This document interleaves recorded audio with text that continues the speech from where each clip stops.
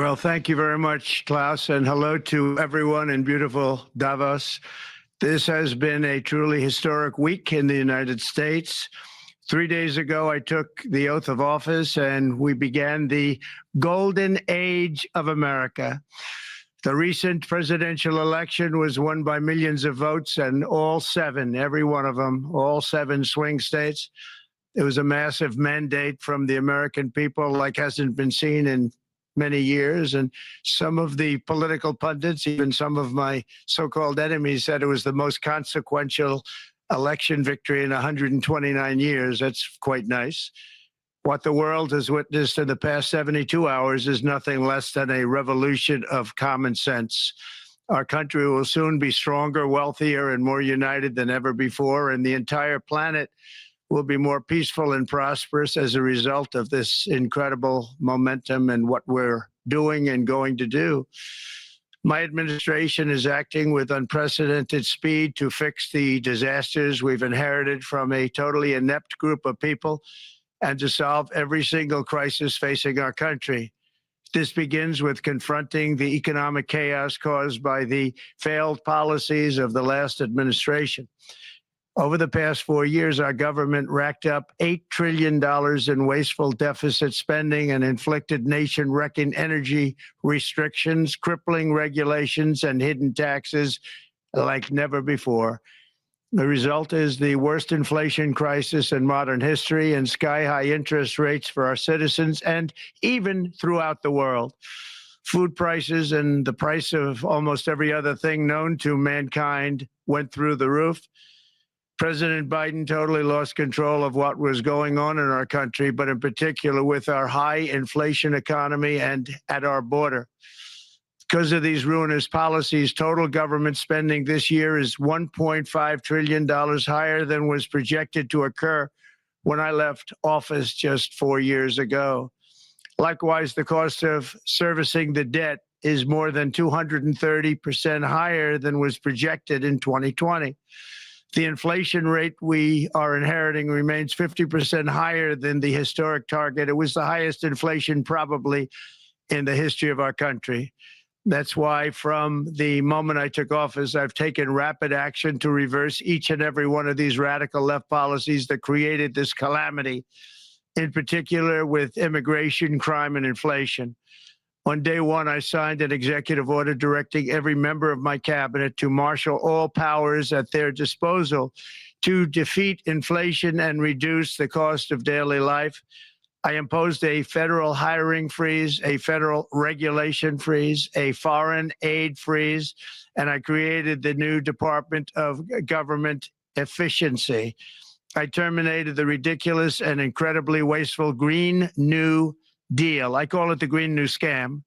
Withdrew from the one-sided Paris Climate Accord and ended the insane and costly electric vehicle mandate. We're going to let people buy the car they want to buy. I declared a national energy emergency, and it's so important, national energy emergency to unlock the liquid gold under our feet and pave the way for rapid approvals of new energy infrastructure. The United States has the largest amount of oil and gas of any country on earth, and we're going to use it. Not only will this reduce the cost of virtually all goods and services, it'll make the United States a manufacturing superpower and the world capital of artificial intelligence and crypto. My administration has also begun the largest deregulation campaign in history, far exceeding even the record-setting efforts of my last term. In total, the Biden administration imposed $50,000 in additional regulatory costs on the average American household over the last 4 years. I have promised to eliminate 10 old regulations for every new regulation, which will soon put many thousands of dollars back in the pockets of American families. To further unleash our economy, our majorities in the House and Senate, which we also took along with the presidency, are going to pass the largest tax cut in American history, including massive tax cuts for workers and family, and big tax cuts for domestic producers and manufacturers. And we're working with the Democrats on getting an extension of the original Trump tax cuts, as you probably know, by just reading any paper. My message to every business in the world is very simple. Come make your product in America, and we will give you among the lowest taxes of any nation on earth. We're bringing them down very substantially, even from the original Trump tax cuts. But if you don't make your product in America, which is your prerogative, then very simply, you will have to pay a tariff, differing amounts, but a tariff which will direct hundreds of billions of dollars and even trillions of dollars into our treasury to strengthen our economy and pay down debt. Under the Trump administration, there will be no better place on earth to create jobs, build factories, or grow a company than right here in the good old USA.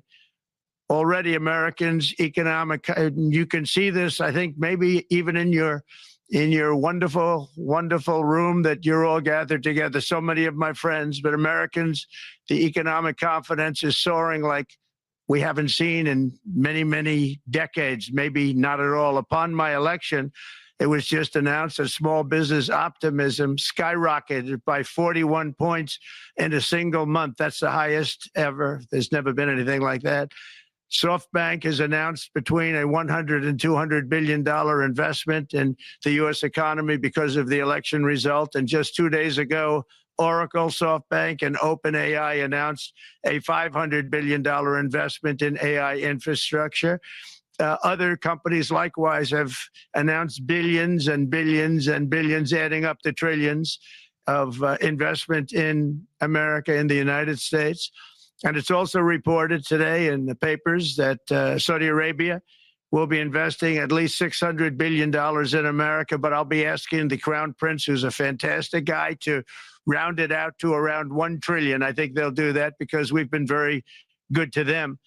And I'm also going to ask Saudi Arabia and OPEC to bring down the cost of oil. You got to bring it down, which, frankly, I'm surprised they didn't do before the election. That didn't show a lot of love by them not doing it. I was a little surprised by that.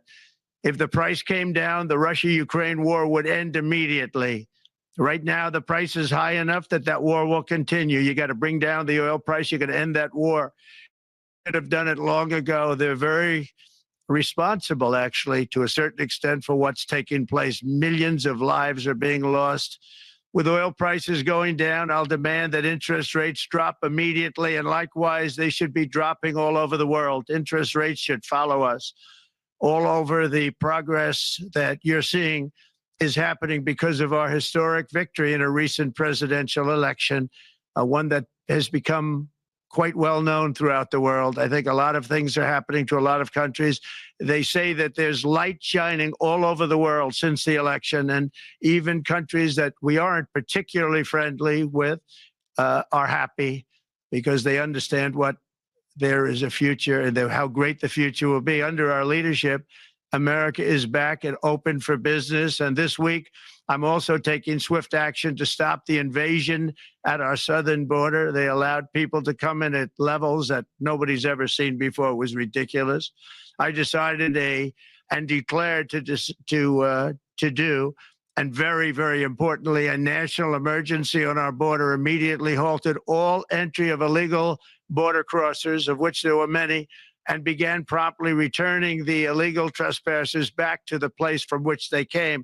That action, as you've probably seen, has already started very strongly. I've deployed active duty U.S. military and National Guard troops to the border to assist in repelling the invasion. It was really an invasion.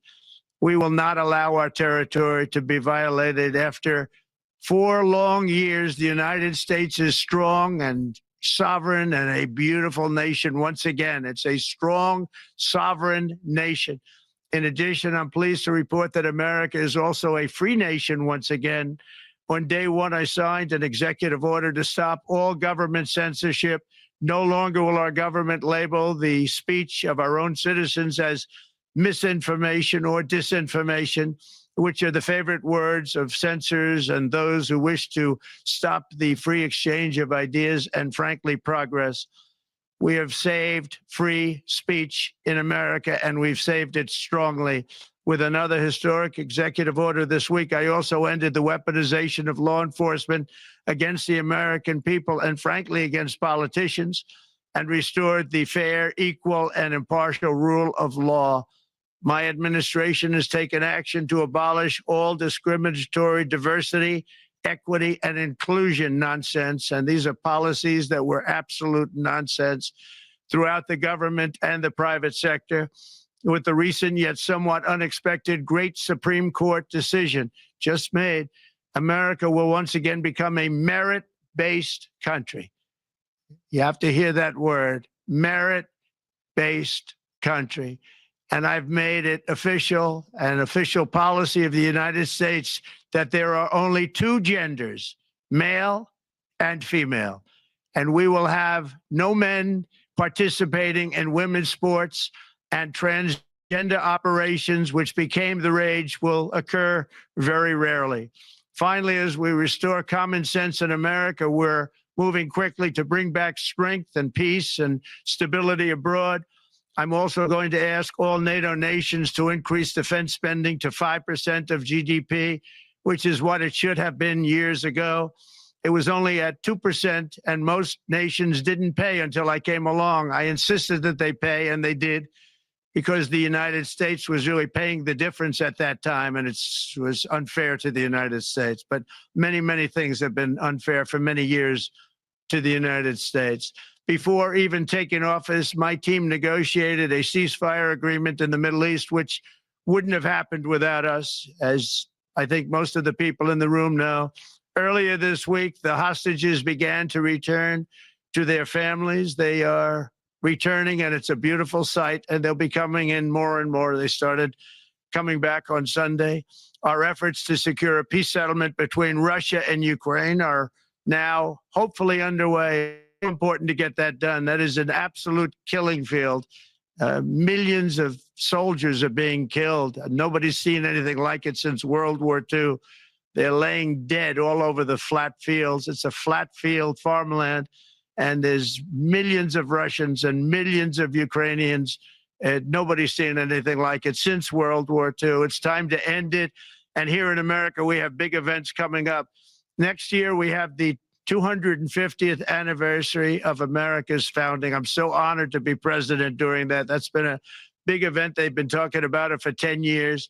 We also have the World Cup, and I understand Gianni's in the room. Infantino, he was very instrumental in helping us get it. He's there with you someplace, I think, and I want to thank him for that. And then we have the Olympics coming up, which I was instrumental in getting also in my first term. And who would have known that by skipping a term, I would get the Olympics? I was upset. I said, you know, I got the Olympics to come and I won't be president. But it turned out, through a stroke of luck, or whatever you might call it, that I'm going to be president during the World Cup and the Olympics and the 250th anniversary. So that's going to be three big events.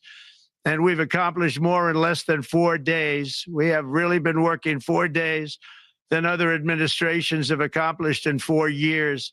And we're just getting started. It's really an amazing thing to see. And the spirit and the light over our country has been incredible. Under the last administration, our nation has suffered greatly, but we're going to bring it back and make it greater, bigger, stronger, better than ever before. I want to thank everybody for being with you. I would have been there myself, except the inauguration was 2 days ago. I thought it might be a little bit quick to make it the first stop, but we'll get there one day. We hope to get there. But I do appreciate, I heard the audience is fantastic, and many of my friends are in the audience, and I will be taking questions now from some very distinguished people. Thank you all very much.